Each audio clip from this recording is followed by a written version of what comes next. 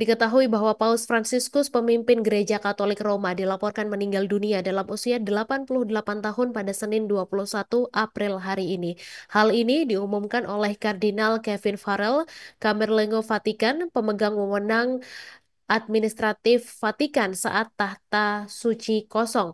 Dalam laporan resminya dijelaskan bahwa Uskup Roma Fransiskus sudah kembali ke rumah Bapak pada pukul 7:35 pagi ini, di mana pemimpin umat Katolik dunia ini wafat di kediamannya di Casa Santa Marta, Vatikan, setelah menderita pneumonia bilateral atau infeksi paru-paru serius di kedua paru-parunya.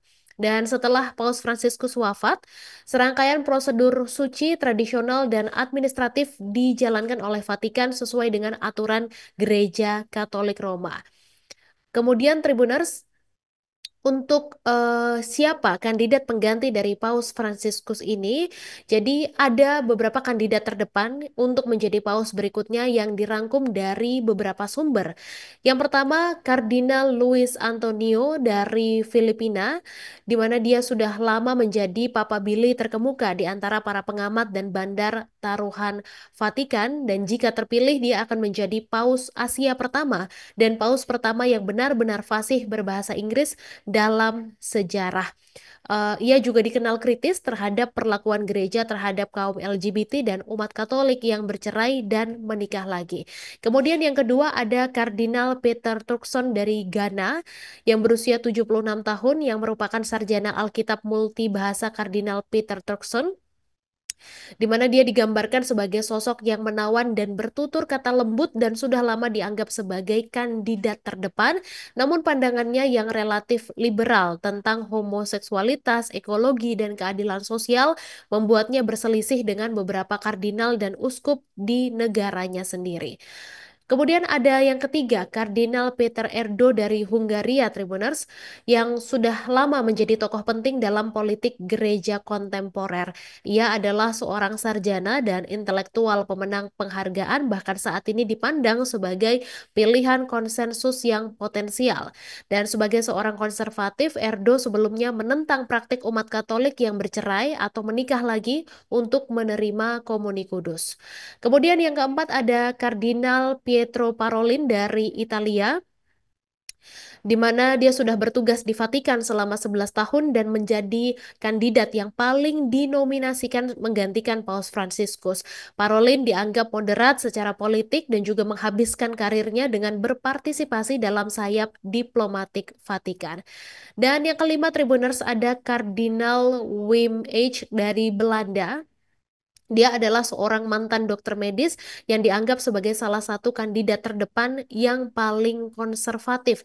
Dia juga dikenal sebagai konservatif yang gigih, dikenal karena penentangannya terhadap sikap Paus tentang pernikahan ulang dan perceraian sipil. Dan pandangannya bahkan juga seringkali menantang pendekatan liberal Paus Fransiskus.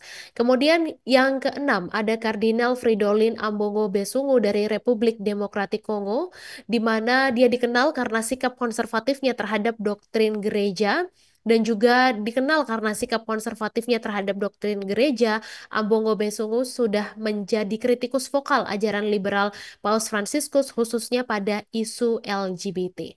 Kemudian yang ketujuh ada Kardinal Raymond Burke dari Amerika Serikat yang adalah seorang kritikus vokal Paus Fransiskus, di mana dia menganjurkan ajaran Katolik tradisional tentang pernikahan, ekaristi, dan isu-isu keluarga yang menjadikannya seorang pesaing konservatif terkemuka. Kemudian yang kedelapan ada Kardinal Robert Sarah dari Guinea yang kritiknya terhadap reformasi liturgi Paus Fransiskus dan kepatuhannya yang kuat terhadap ajaran Katolik tradisional dan juga sikapnya yang tegas dalam melestarikan misa Latin sudah membuatnya menjadi favorit di kalangan kaum tradisionalis. Kemudian yang kesembilan, Tribuners, ada Kardinal Matteo Zuppi dari Italia yang merupakan orang dalam di Vatikan milik Paus Fransiskus. Jadi Zuppi ini dipandang sebagai seorang moderat yang dapat melanjutkan agenda Paus di mana dia dikenal karena fokusnya pada inklusivitas dan keadilan sosial. Dan yang terakhir ada Kardinal Giovanni Battista dari Italia yang merupakan dekan Dewan Kardinal di mana Re memainkan peran penting dalam mempersiapkan konklav meskipun usianya mungkin menjadi pertimbangan, namun pengaruhnya tetap signifikan di kalangan Vatikan. Download Tribun X sekarang, menghadirkan lokal menjadi Indonesia.